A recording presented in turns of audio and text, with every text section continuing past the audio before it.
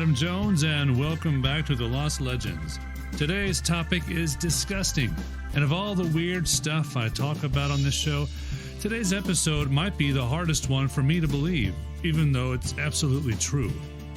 Today we're going to learn about Egyptian mummies and the grisly reason why so many of them, along with their little cats, have gone missing. Ever notice that it's actually rare to see a mummy? It's easy to visit the Egyptian wing of a museum and see a colorful sarcophagus or a shiny trinket, but really seeing a mummy, bones, bandages, and everything is a lot harder to do. Now, I didn't realize this until I visited the incredible Vatican Museum in Vatican City near Rome. This museum took me completely by surprise because I had assumed that it would be nothing more than pieces of Catholic art and Catholic history, and as a medievalist I'd seen a lot of that. I was looking for something different. Well, I was wrong. In truth, as many of you know, the Vatican holds maybe the world's largest collection of art, with 9 miles of artwork covering the walls of countless buildings. My favorite part was the map wing. There was a hallway more than 10 feet tall, and there were maps on each side just as tall as that wall. Humongous maps the size of the side of a house. And I love maps. I'm a total nerd about maps. I'm such a nerd about maps, I once ignored my wife for an entire date because there was a map on the wall behind her at the restaurant, and it was an old equidistant map of old trading routes, and I'm such a dork I couldn't stop looking at it. I ran up and down that hall like a kid in a toy store. It was amazing. So the Vatican Museum doesn't just have artwork that pertains to Catholic history and the Vatican. It actually has historical artifacts from every culture around the world. It's a very impressive place, and it would take 1,000 visits to see all of it.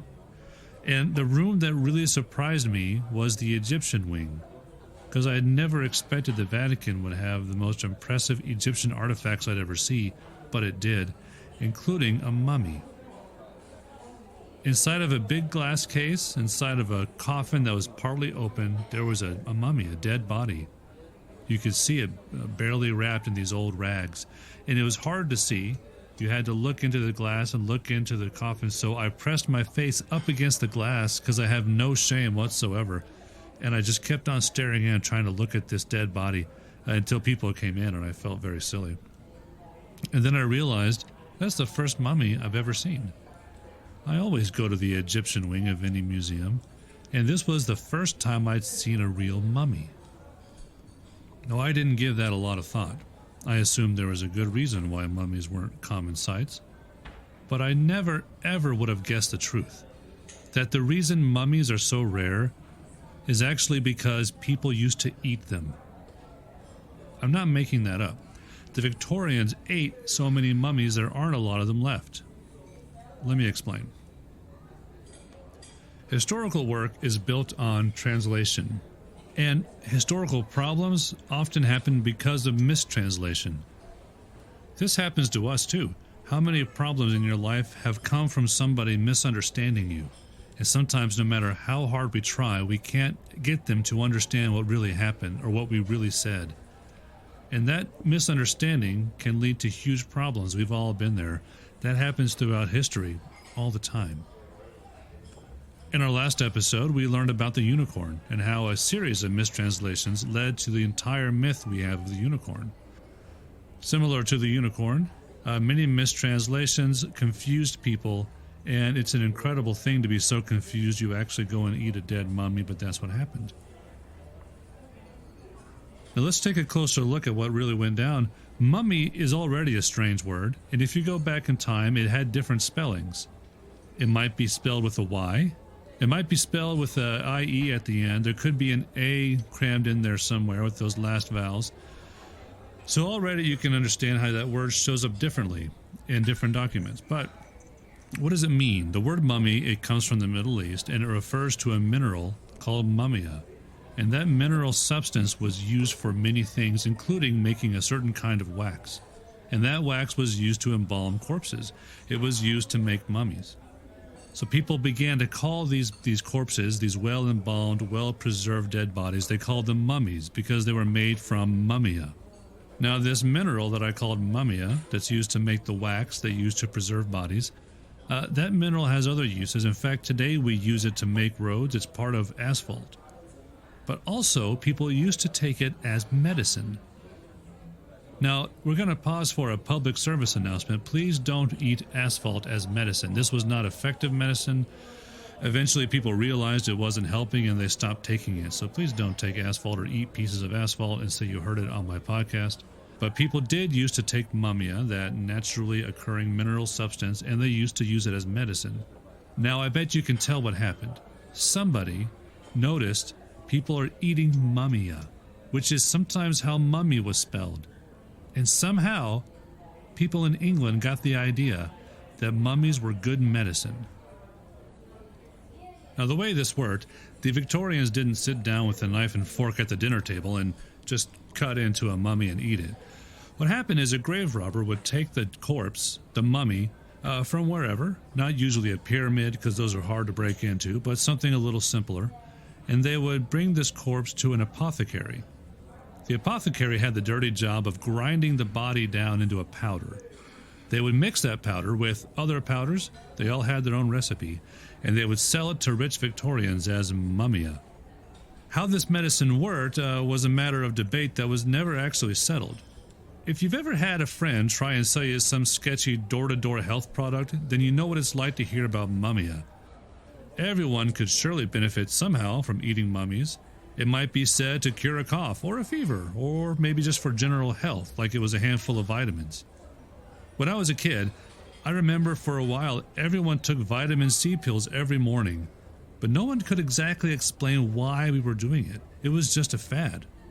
There's always a new health fad around the corner, and that is old history, that is old news, and the Victorians did this too. And as they all realized they wanted to be on this craze of eating mummies, suddenly grave robbers were in high demand, and stealing corpses, old mummified corpses from Egypt, became big business. Now, you may already recognize the problem here. How many mummies could they possibly get out of Egypt? Most people aren't mummified when they die. There's not a whole lot of supply. Eventually, apothecaries had trouble getting enough mummies from Egypt and began to look for alternatives. And yes, that does mean that they might have tried to or succeeded in getting bodies from a prison, from someone who had been executed, or finding bodies from the morgue that were unclaimed. They would grind those down and sell them. And they would say, hey, one dead body is just as good as another, right? But the Victorians weren't buying it. Now, at this point, it should be obvious that using mummies as medicine wasn't about health or wellness, but about having a status symbol. What better way to show off how rich and important you are than by keeping a jar full of ancient dead mummy on the counter and telling your friends, you know, it just might have been Ramses who cured your cough. But when smugglers were no longer able to keep up with the demand, eating mummies went right out of style. Of course, being the weirdo that I am, I have to wonder if anyone still does this. It sounds crazy that somebody in the year 2022 would eat a mummy, but then again, rich people do really strange things. I had a hard time believing any of this about mummy eating when I first read about it, and now I can't stop wondering if someone's still doing it. Let me tell you why. Smuggling mummies out of Egypt is still happening. A few years ago, airport workers in Cairo noticed something unusual about a stereo that was being shipped overseas. They opened up the stereo, and inside they found a mummy, an ancient mummy. But it wasn't just packed in a stereo. The mummy was too big to fit in any piece, so the arms and legs and torso were all chopped up and placed in different speaker cabinets. Somebody with a lot of money paid for a mummy to be smuggled to them and didn't care if it was in one piece. Now, you can't display a mummy. You can't do anything with it that anyone will see because it's highly illegal to own one. And it just makes you wonder, what on earth is someone doing with a mummy? Now, I'm not trying to tell you that Gwyneth Paltrow is off freebasing King Tut in her basement right now, because that sounds a little hard to believe. But I am telling you that rich people are paying for dismembered ancient mummies that are never seen again, and we have no idea what they're doing with them. Now, that's very disappointing because even those mummy-eating Victorians eventually learned to have some respect for Egyptian culture. Like I said, mummy eating eventually fell out of fashion, but the Victorians didn't just right away stop using mummies to show off their money.